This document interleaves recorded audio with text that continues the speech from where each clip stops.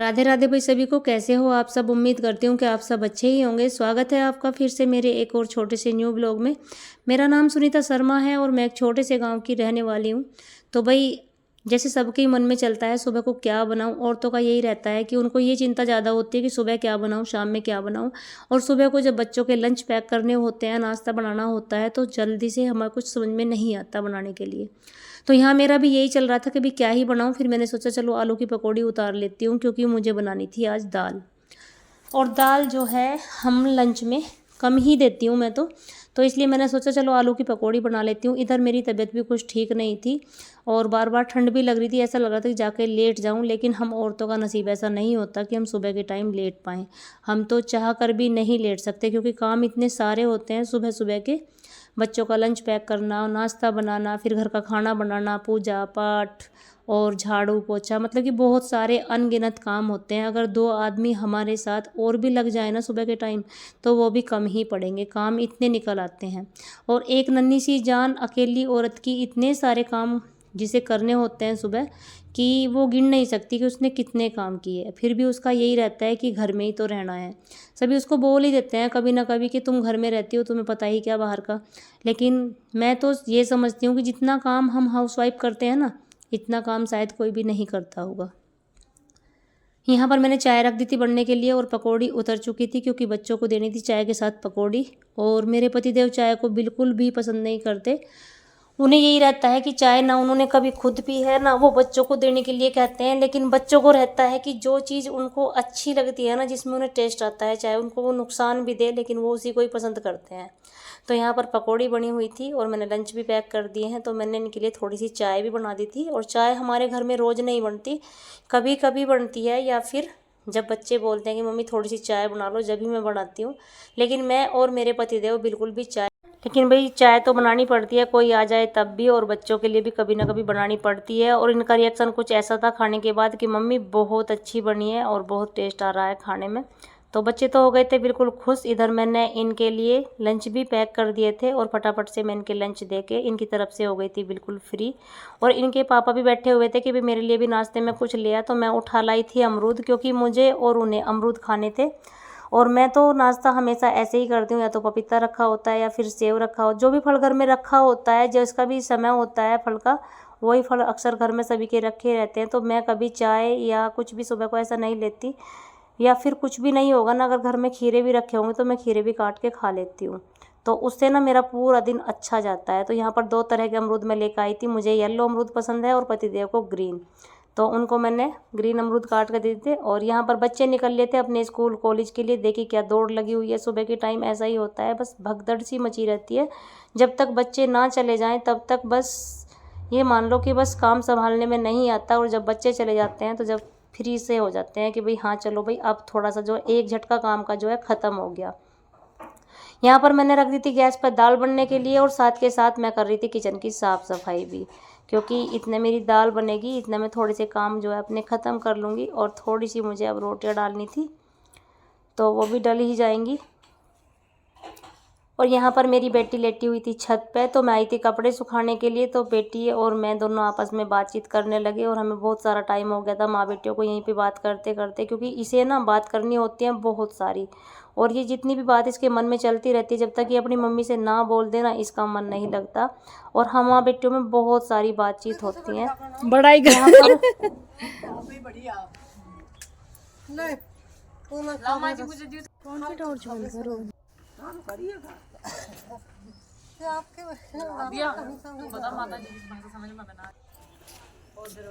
एक कुर्सी और ला मम्मी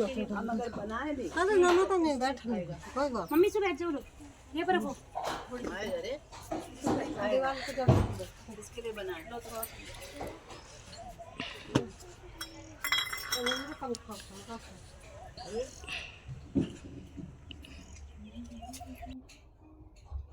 तो भाई ऊपर बैठ के दोनों माँ जी जो आई हुई थी उन्होंने खाना खाया, साग से रोटी उन्होंने खाई थी मक्का की, और बहुत सारी बातचीत की। कब में शाम हो गई पता भी नहीं चला। इधर माँ जी, फिर हम माँ जी हर को उतार लाए थे नीचे, क्योंकि पकड़ कर लेकर आना पड़ रहा था, कहीं पैर वैर ना फिसल जाए, क्योंकि दोनों माँ जी एजिड थी काफ़ी। और ये फिर हमारे साथ घेर में भी गई। तो यहाँ पे इन्होंने देखा कि सरसों, पालक, मेथी, बथुआ सब कुछ बो रखा था, तो बहुत खुश हो रही थी दोनों। और थोड़े से आलू भी हमने बो रखे थे अपने घेर में ही। तो यहाँ पर थोड़ी सी हरियाली, और ये है पपीते का पेड़ जिस पे कि छोटे छोटे पपीते भी आ रहे थे। और मैं आ गई थी फिर घर पे। यहाँ पर आज मेरी बेटी बोल रही थी कि मम्मी आज मैं आपके पैरों की क्लीनिंग करूँगी, आप मज़े से बैठ जाओ, आप अपना बिल्कुल भी ध्यान नहीं करती हो, बस काम करती रहती हो पूरे दिन। पता नहीं क्या ही विचार इसके मन में आया कि इसने मेरे बारे में सोचा और बोली कि मम्मी आज थोड़ा सा जो है मैं आपके पैरों की साफ़ सफाई करूँगी। मैंने कहा ठीक है बेटा। तो औरतों में होता ही है कि घर के सारे काम कर लेते हैं, लेकिन अपना हम ज़रा सा भी ध्यान नहीं रखते। और मुझे बहुत खुशी सी भी हो रही थी कि चलो आज मेरे पैरों की साफ़ सफाई हो जाएगी। वैसे तो सब साफ़ सफाई तो डेली करते ही हैं अपने शरीर की, लेकिन इस तरीके से नहीं करते जैसे कि आज मेरी बेटी कर रही है। और इसने ना मेरे पैरों को पहले डिप करा पानी में, और इसने पानी में शैम्पू डाले, पता नहीं क्या क्या ये लेकर बैठी हुई थी। पहले मुझे बोल रही थी कि मम्मी आप रिलैक्स फील करो और पीछे को लेट कर सो जाओ या फिर फ़ोन देख लो, आप मतलब मज़ा करो ज़िंदगी का, और आज आपकी बेटी आपके पैरों को बहुत अच्छे से साफ़ करेगी। तो मैं भी आराम से लेट गई थी पीछे को और मज़ा ले रही थी मैं भी अपना कि चलो आज मेरे पैरों की साफ़ सफाई हो रही है। सच में बहुत अच्छा फील हो रहा था, बहुत ही मज़ा आ रहा था। और इसने तो मेरे पैरों की इतने अच्छे से क्लीनिंग करी कि ये नींबू भी ले रही थी और बहुत सारी चीज़ ले रही थी। इनने मेरे पैरों की नेल्स की कटाई भी करी, और जो नेल पेंट लगा हुआ था उसको भी छुटाया। और देखो कितने अच्छे से, मतलब इनने 1 घंटा सारा मेरे पैरों पे लगा दिया। और मैं भी बोर हो रही थी कि मैं मुझे कब छोड़ेगी, मेरा बहुत सारा काम पड़ा हुआ है। लेकिन ये मान ही नहीं रही थी, बोल रही थी मम्मी आज कुछ भी काम नहीं पड़ा है, बस आप ये सोच लो कि आज आपको पैरों की साफ़ सफाई करवानी है और सारा काम आपका ख़त्म है। मैंने कहा ठीक है बेटा।